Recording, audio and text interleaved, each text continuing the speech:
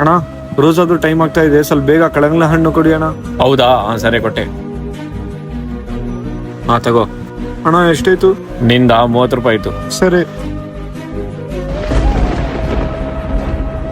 ಎಲ್ಲೇ ಏನಾಯ್ತು?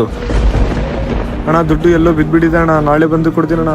ಏನ್ಲೇ ತಲೆ ಮೇಲೆ ಟೋಪಿ ಹಾಕೊಂಡು ರೋಸಾದು ಆಕ್ಟಿಂಗ್ ಮಾಡಿ ಹಣ್ಣುಗಳು ಫ್ರೀ ತಗೊಂಡೋಗೋಣ ಅಂತ ಅನ್ಕೊಂಡಿಯಾ? ಅಣ್ಣ ಪ್ರಾಮಿಸ್ ಅಣ್ಣ, ನಿಜ ಹೇಳ್ತಿದ್ದೇನಣ್ಣ. ಎಲ್ಲೇ ಮತ್ತೆ ಸುಳ್ಳು ಹೇಳ್ತೀಯಾ? ಅಣ್ಣ ಏನಾಯ್ತಣ್ಣ? ಅಣ್ಣ ಅವ್ನ ತಲೆ ಮೇಲೆ ಟೋಪಿ ಹಾಕೊಂಡು ಸುಳ್ಳು ಮಾತುಗಳು ಹೇಳ್ತಾ ಇದ್ದಾನಣ್ಣ. ಅಣ್ಣ ಪಾಪ ಅವನು ನಿಜ ಹೇಳ್ತಾ ಇರ್ಬೋದಲ್ಲ ಅಣ್ಣ.